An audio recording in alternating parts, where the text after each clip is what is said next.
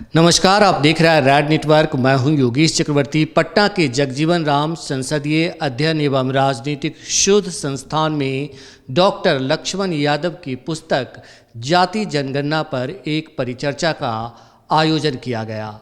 इस परिचर्चा को देश के नामचीन हस्तियों ने संबोधित किया। इनमें वरिष्ठ पत्रकार शीतल पी सिंह, समाजसेवी सुभाष चंद्र कुशवाहा, राजनीतिक चिंतक और लेखक रिंकू यादव, लेखक और कवि डॉक्टर उषा, वरिष्ठ पत्रकार इशदुल हक और पटना कॉमर्स कॉलेज के प्रोफेसर और लेखक डॉक्टर मनोज गुप्ता शामिल रहे। इन तमाम वक्ताओं ने डॉक्टर लक्ष्मण यादव की पुस्तक जाति जनगणना की जमकर तारीफ की और समय की मांग बताया। उन तमाम सवालों का जवाब देने की कोशिश की है जिसको सत्ता प्रतिष्ठान नकारती रही है, और बताया है कि आखिर जाति जनगणना क्यों जरूरी है। इस मौके पर वरिष्ठ पत्रकार शीतल पी सिंह ने क्या कुछ कहा, आइए हम आपको सुनाते हैं। देखिए, मेरे बारे में जो उन्होंने कहा वो सामाजिक धारणा है, इसलिए इस तरह से हम लोग भारत में ये बात करते हैं। दुनिया में अब इस तरह की बात नहीं की जाती, सभ्य दुनिया में नहीं की जाती। इसलिए नहीं की जाती कि आज आपके शहर में मैं तो 2 ही 3 बार आया हूँ, और ऐसे ही चुनाव कवर करने आए तो लोगों से ठीक से मुलाकात भी नहीं हुई, जान भी नहीं पाया पटना में क्या चीज़ कहाँ है। लेकिन आज बड़ा अच्छा संयोग था कि हमारे मित्र लखनऊ से आए थे, इनको न्योता मिला था, आपके यहाँ एक बहुत अच्छा म्यूज़ियम है, और वो मैं देखने गया, और वो बिल्कुल विश्व स्तरीय है, बहुत शानदार है। वो वहाँ सबसे अच्छी बात यह है कि वहाँ नॉलेज सोर्स है, वो मनुष्यता का जो ज्ञान है, जिसकी वजह से हम ये सब कर रहे हैं जो आज कर रहे हैं और बहुत सारी चीज़ें करते हैं। उस क्रम में वहाँ हमारे पास एविडेंस बेस्ड नॉलेज स्थापित करके रखी हुई है। वहाँ 4 लाख साल पुराना एक पत्थर है जिसको मनुष्यों ने अपने विकास क्रम में, अपने जीवन को, उस समय जंगली जीवन था, उसके उपयोग के लिए इस्तेमाल किया था। उससे बाद वाले भी हैं, और उससे पता लगता है कि हम लोग जो कुछ आज कर रहे हैं और जिस पर गर्व या घृणा या जो भी हम उसके बाद उसको उस प्रक्रिया को किसी भी तरह से हम व्यक्त करें, दर्ज करें, ये सब बहुत नया है मनुष्यता के इतिहास में।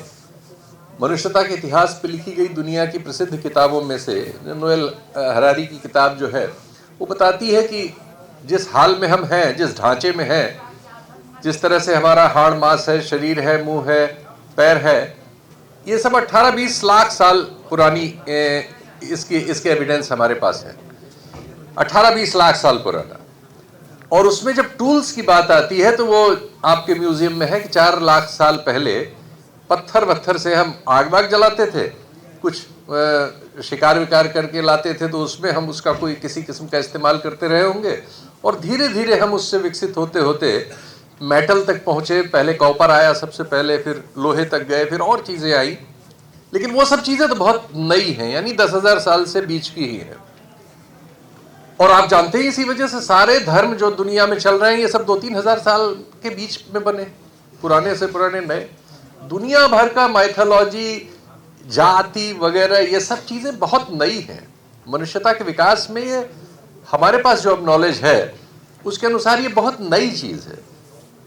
और अगर आपको पता हो और उसके बाद भी आप इसका प्रयोग कर रहे हो रंग के आधार पर, नस्ल के आधार पर या जाति के आधार पर, आज के युग में जब नॉलेज का हाल ये है कि अभी जब आप लोगों को हम लोग सुन रहे थे और ये भाषण हमारे मित्रों ने, बहुतों ने दिया इस अच्छी किताब के बारे में, तो उस समय एक तथ्य मैं आपको बताऊं, फिर उसके बाद मैं थोड़ा सा इस पे बोलूंगा। दुनिया में करीब 650 लोगों ने इस समय ऐसी कंपनियां खुल गई हैं जिन्होंने अपने शरीर को फ्रीजर में डलवा दिया है। मरने से पहले उन्होंने अपने आप को, और इसके लिए 18 करोड़ रुपए उन्होंने चुकाए हैं, और ऐसे फ्रीजर बनाए गए हैं कुछ कंपनियों के द्वारा, जिनके मैं नाम बता देता हूं आपको। एक Alcor life extension foundation Arizona USA में है, दूसरी क्रायोनिक्स इंस्टीट्यूट मिशिगन यूएसए में है, तीसरी क्रायोरूस रशिया में है, और टुमारो बायो यूरोप में है, स्मॉलर प्रोवाइडर्स शेंडोंग चाइना में है। यहां करीब 650 लोगों ने मरने से पहले अपने शरीर को फ्रीजर में इसलिए डलवा दिया है कि उनको उम्मीद है कि अगले 15-20 साल में लाइफ साइंसेज ऐसी चीजों का विकास कर लेंगी कि उन्हें फिर से जिंदा करके, और जिस वजह से वो मर रहे थे उस चीज का उपचार कर लेंगी, तो वो अगले 40-50 साल का जीवन फिर जी सकेंगे। मनुष्य यहां पहुंचा हुआ है और हम जाति पे बात कर रहे हैं, और आप मुझे इसलिए महान कह रहे हैं कि मेरी जाति के पीछे सिंह लगा हुआ है। इसका कोई मतलब नहीं है। मनुष्य की नॉलेज पूल की जो ग्रोथ है, एविडेंस बेस्ड नॉलेज पूल, अगर उसमें ये सब पढ़ लेने लिखने के बाद भी हम इन चीजों में जीते हैं, तो निश्चित तौर पर हम आज के आदमी तो नहीं है। हम बहुत ही पिछड़े हुए लोग हैं और बहुत घटिया लोग हैं, मैं ऐसे ही कहूंगा। इसलिए मेरा इस तरह का विचार होना या मनुष्य में ऐसा विचार होना, ये कोई उल्लेखनीय बात नहीं है, ये होना ही चाहिए, क्योंकि ये नॉलेज अवेलेबल है। अभी जब हम आपसे बात कर रहे हैं, बैंक, हमारी आपकी आदतें, हम कितने कदम चलते हैं, हम क्या खाना चाहते हैं, क्या पहनना चाहते हैं, सब ये मशीन कैद करती रहती है। आज की दुनिया की सबसे बड़ी जो इनकम सोर्स है वो डाटा है। आज का दुनिया का फ्रेज ही है कि data is new gold. Data आज का सोना है, और हमारे समाज में यह बहस हो रही है कि हम डाटा जाति का क्रिएट करें कि ना करें। सोच लीजिए हम कहां हैं। डाटा तो आज का सोना है। गूगल का, मेटा का, अमेजन का, उनकी जो बैलेंस शीट्स हैं सालाना, उसमें सबसे बड़ी इनकम जो है डाटा से आ रही है। वो डाटा हमारी आपकी आदतों से उनके बिजनेस के सॉफ्टवेयर में रिकॉर्ड होता रहता है। हम जो बात करते हैं, आप सब लोग अब तो ऐसे फोन इस्तेमाल करते हैं, तो ये जो मैं बात बता रहा हूं अनोखी नहीं है उस तरह से, ये बहुत सरल है। आप सोचते होंगे कि चलिए हम ये फला कपड़ा खरीद लेते हैं, और आपने इसमें गूगल किया, या आपने नहीं भी किया, आपने किसी से कहा अपने दोस्त से फोन पे, और ये सुन रहा होता है। उसके बाद आप अगर फेसबुक पे जाएंगे, ट्विटर पे जाएंगे, इंस्टा पे जाएंगे, किसी भी प्लेटफॉर्म पे जाएंगे, आपको उसी तरह के विज्ञापन आने लगेंगे। क्योंकि इस मशीन में ये काबिलियत है कि हमारे द्वारा की गई हर हरकत को ये मॉनिटर करके आंकड़े में बदल रहा है। हम सब लोग इस समय डाटा है, और हमारी हर आदत, हमारी हर रुचि, हमारी राजनीतिक सोच, हमारा ज्ञान, सब चीज रिकॉर्ड होके, सेग्रीगेट होके एक तरफ हो रहा है, और उसका उपयोग किया जा रहा है व्यवसाय में। मनुष्य यहां पहुंचा हुआ है। दुनिया करीब इस समय सारी दुनिया में 8 अरब लोग हैं, और हम लोग करीब 30,000 टेरावाट आवर बिजली खर्च कर रहे हैं।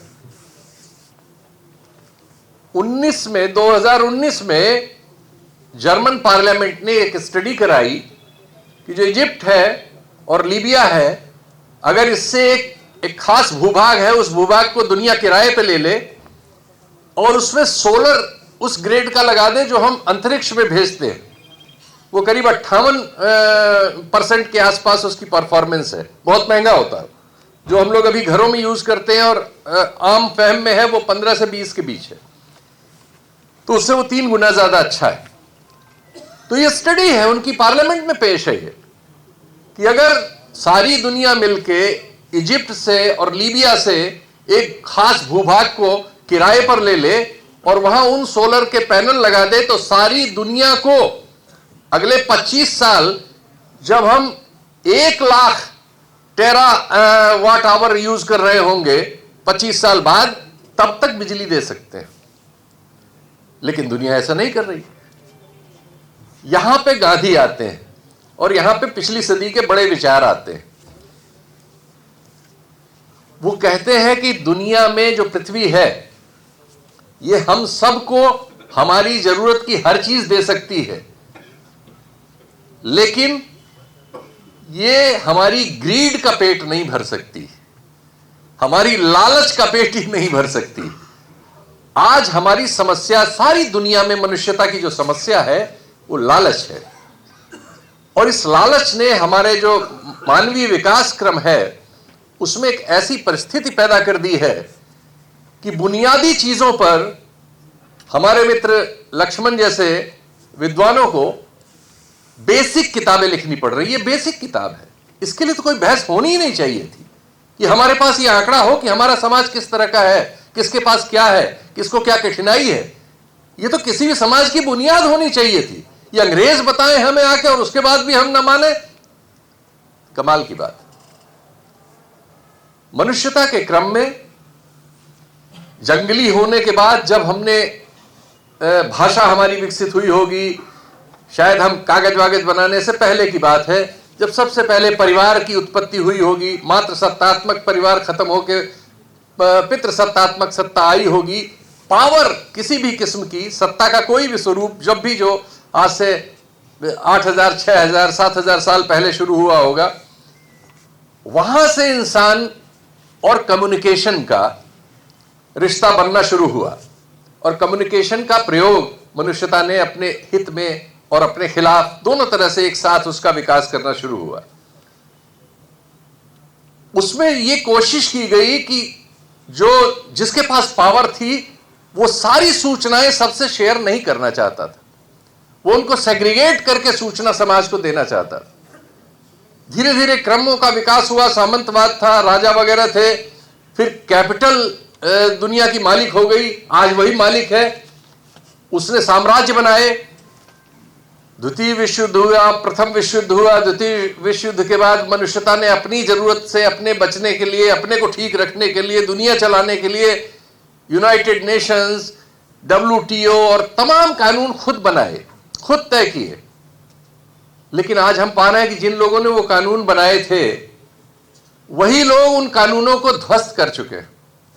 जिन्होंने नाटो बनाया वो नाटो में नहीं है, जिन्होंने यूनाइटेड नेशन बनाया यूनाइटेड नेशन में नहीं है, जिन्होंने WTO चलाया सारी दुनिया में वो WTO में नहीं होना चाहते।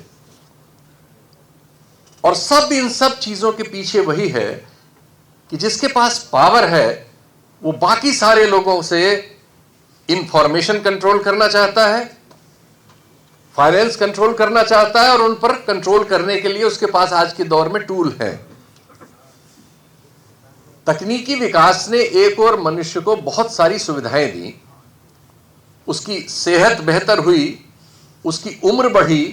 जो उम्र हमारे आज़ादी के समय हम लोग शायद 37 से 38 साल थी हमारी एवरेज एज, आज गरीब है भारत लेकिन इसके बावजूद हमारी एवरेज एज 67 साल के आसपास है। बहुत सारी ऐसी बीमारियां थी जिनसे हमारी बड़ी आबादी, प्लेग वगैरह से गांव के गांव साफ हो जाया करते थे, उनके सबके टीके विकसित हुए। अब नहीं ऐसा होता, चेचक बड़ी वाली जो होती थी उससे बहुत सारे बच्चे मरते थे, वो सब खत्म हुआ। अभी हाल में हम लोगों ने 4 साल पहले सारी दुनिया ने कोरोना का मुकाबला किया है, लेकिन इसके पहले मनुष्य इस लायक नहीं था कि वो इस तरह की महामारियों का मुकाबला कर सके, लेकिन वो हुआ, ये विकसित हुआ, नॉलेज पूल उसका बहुत घना हुआ, बहुत बड़ा हुआ। लेकिन इसी क्रम में जो पावर का जो टर्म है उसने एक ऐसी शक्ल ले ली कि उसने एक बहुत बड़े समाज को डिप्राइव करना शुरू किया, और उसमें सबसे प्रमुख हथियार है सूचना। डॉक्टर लक्ष्मण की यह किताब हमको सूचित करती है, उस सूचना से दो चार कराती है जो ये हमारे दौर का जो निजाम हमारे देश में है, जो हमें इससे दूर रखना चाहता है। और वो साधारण सी बात को काम न करने की जगह डिसीव करता है, झूठ बोलता है, कहता है कि साहब इससे जातिवाद फैल जाएगा, इससे ये परेशानी होगी, वो परेशानी होगी। ये किताब उन चीज़ों का, सब चीज़ों का सिलसिलेवार जवाब देती है। क्योंकि मुझसे पूर्व वक्ता इसको काफ़ी डिटेल में बहुत अच्छे ढंग से लेखक समेत सब बता चुके हैं, तो सिर्फ ये कह के कि आज से पहले दिल्ली में भी इस किताब का विमोचन हुआ और मेरे एक सहयोगी आशुतोष पत्रकार हैं, आप सब लोग उनको जानते होंगे, उन्होंने एक बात कही थी और मुझे भी वो बात ठीक लगी। जब लक्ष्मण साहब का 14-15 साल बाद दिल्ली विश्वविद्यालय से नाता टूटा तो इनको पुनर्स्थापित करने के क्रम में या इनके लिए लड़ने के क्रम में हम सब लोग शामिल थे। जो जहां जिस तरह से कह सकता था, बोल सकता था, लिख सकता था, कमेंट कर सकता था, सब लोग कर रहे थे। लेकिन आज हमें लग रहा है कि वो तो गलती हो गई, क्योंकि अगर वो हो गया होता तो 14-15 साल में तो किताबें आई नहीं, और ये आ गई 15 महीने में 2-2 किताबें ब्लॉकबस्टर किताबें हैं, बड़ी जरूरी किताबें हैं, और अब बहुत सी किताबें आएंगी। तो इनके इस स्वरूप की इस समाज को ज्यादा जरूरत थी। तो अब लगता है कि ये संयोग से ही सही, लेकिन एक बात ठीक हुई। अब मैं अपने पेशे से संबंधित जरूर आप लोगों के मन में क्वेरी होगी और मैं उसको बार बार जहां भी मौका मिलता है बताना चाहता हूं, क्योंकि वो भी इंफॉर्मेशन गैप है और मैं चाहता हूं कि आप लोगों को भी वो पता हो जो मुझे पता है, या हो सकता है कि आप मुझसे बेहतर जानते हो, लेकिन फिर भी मेरा मन है कि मैं आपको उसको बताऊं। देखिए, मैं अब पत्रकार हूं। दुनिया में प्रिंटिंग प्रेस 16वीं 17वीं सदी में जर्मन ने विकसित कर लिया था। कागज उससे पहले आ चुका था। उसके पहले श्रुति परंपरा थी, लोग पीढ़ी दर पीढ़ी अपनी बातों को याद करके ऐसे शिक्षा संस्थान हुआ करते थे जो दूसरी पीढ़ी में ट्रांसफर करते थे। लेकिन प्रिंटिंग प्रेस आने के बाद से इन सब चीज़ों में मल्टीफोल्ड विकास हुआ, बड़ी तेज विकास हुआ। क्योंकि एक बात को पहुंचाने के लिए अब हमारे पास एक साधन था कि हम उसे हजारों कागजों पे छाप के, सफेद कागज पे काले अक्षरों से छाप के बहुत सारे लोगों तक भेज सकते थे। और दुनिया में अखबार नाम की चीज, पत्रिका नाम की चीज, किताब नाम की चीज की उत्पत्ति उससे हुई, आसान हुआ। उसके पहले पत्ते वगैरह पे और दूसरी चीजों पे इंसान लिखता था।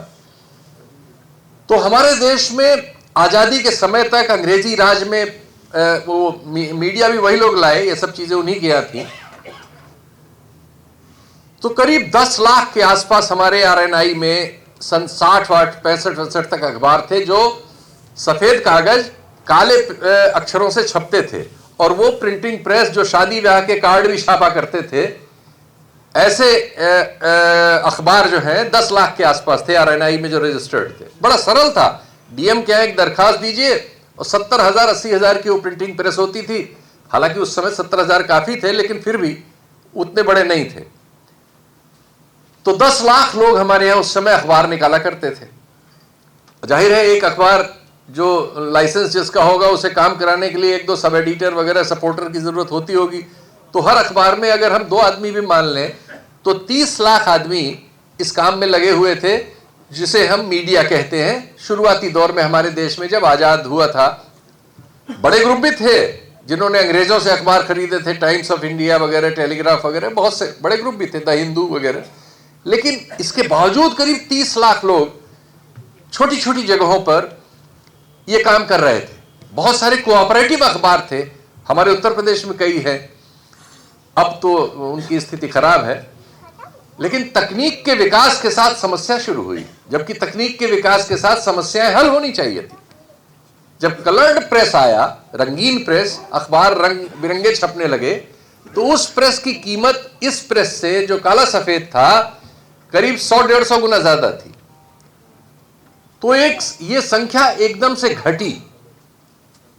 जिस काम को 30 लाख लोग कर रहे थे 10 लाख लाइसेंस में, ये घट के देश में आरएनआई में 1,40,000 रह गए।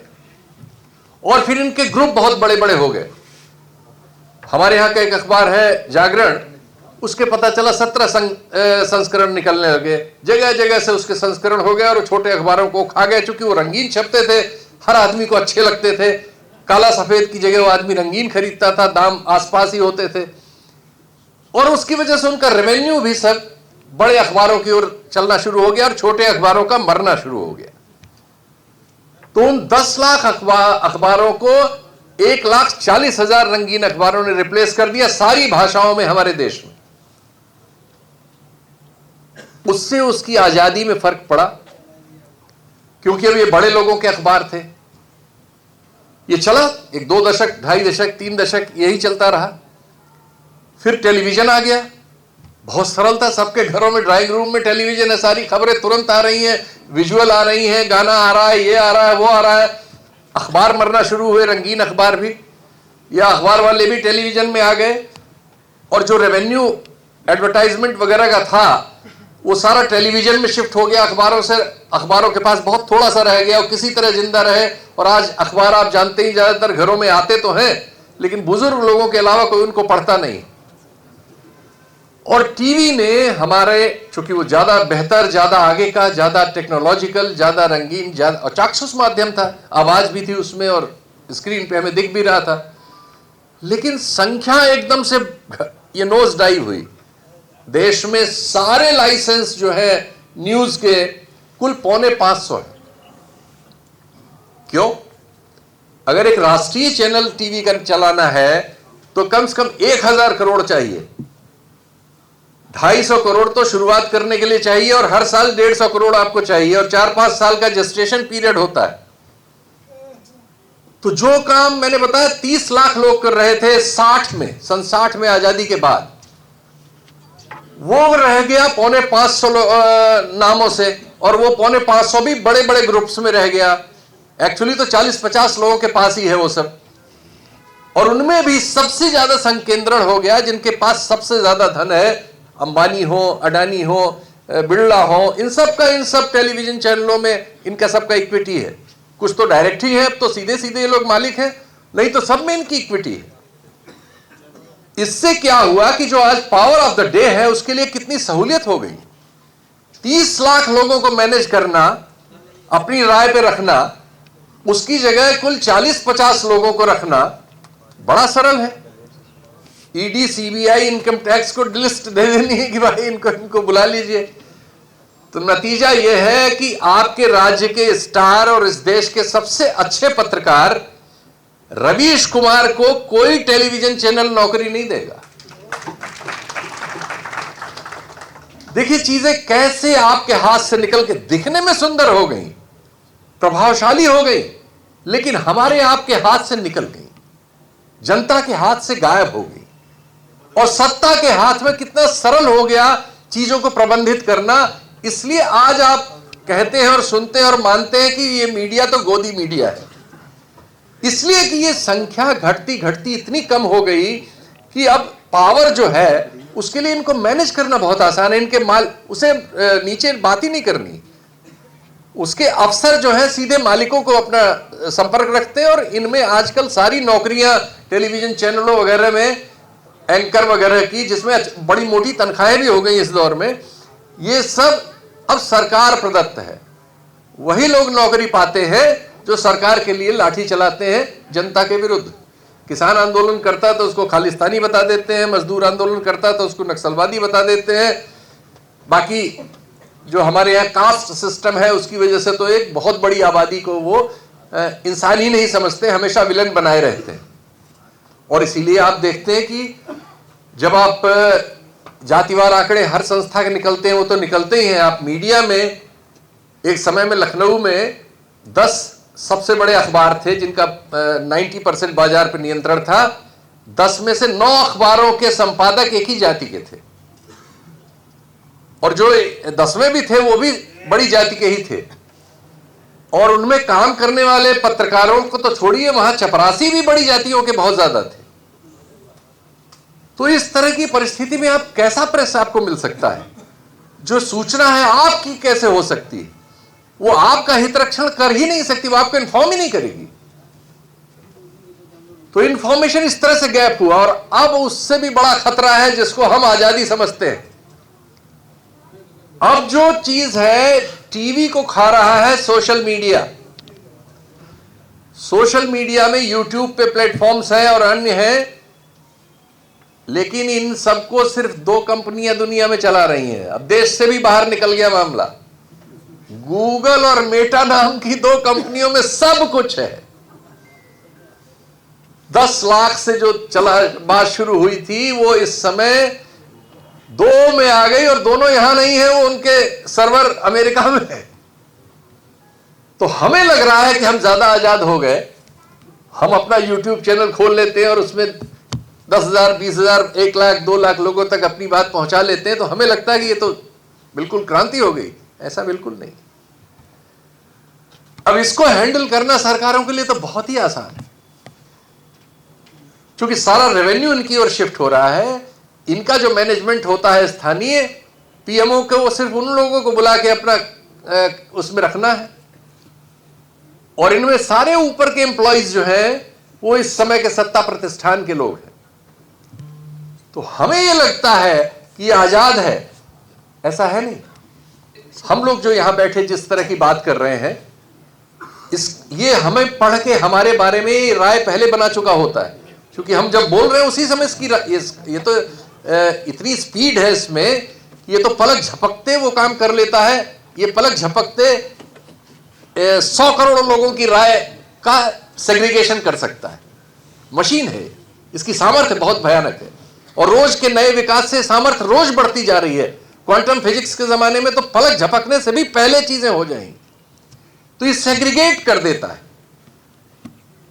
पता चलेगा राजद के समर्थक जो हैं, या मान लीजिए ओबीसी समाज के जो समर्थक हैं, उसके पक्ष में निकलने वाले यूट्यूब चैनल या ऐसी बात करने वाले पत्रकार, वो उसी में उनको घुमाएगा।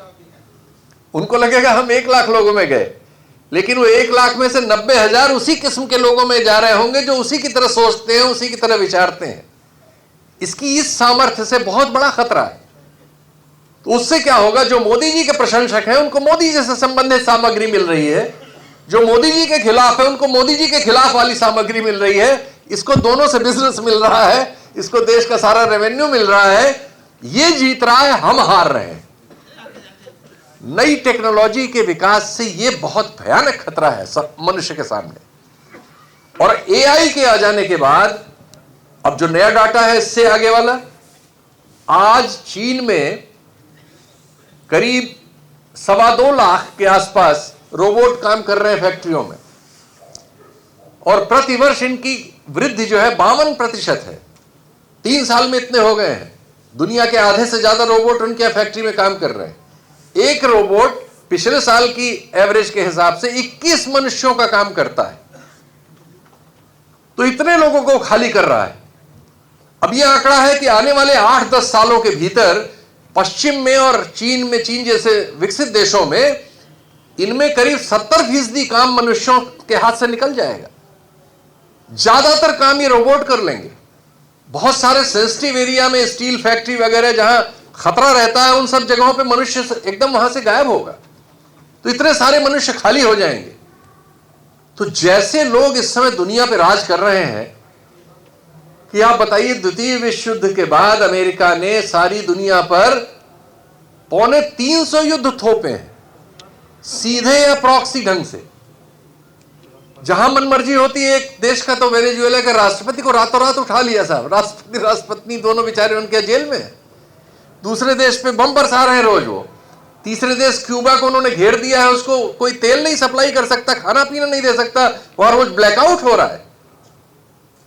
इस सबसे तकनीकी विकास से, इंफॉर्मेशन कंट्रोल से सिचुएशन ये खराब हो रही है कि अब मनुष्य समझ ये रहा है कि उसके लिए बेहतर हो रहा है, लेकिन सच्चाई ये है कि एक एक मनुष्य टारगेटेड है, सेग्रीगेटेड है, और उसे एक और खतरा है इसके साथ कि अब सत्ता अगर चाहे तो अपने विचार लोगों से मनवा सकती है, और लोगों को लगेगा कि नहीं यही हमारा विचार है।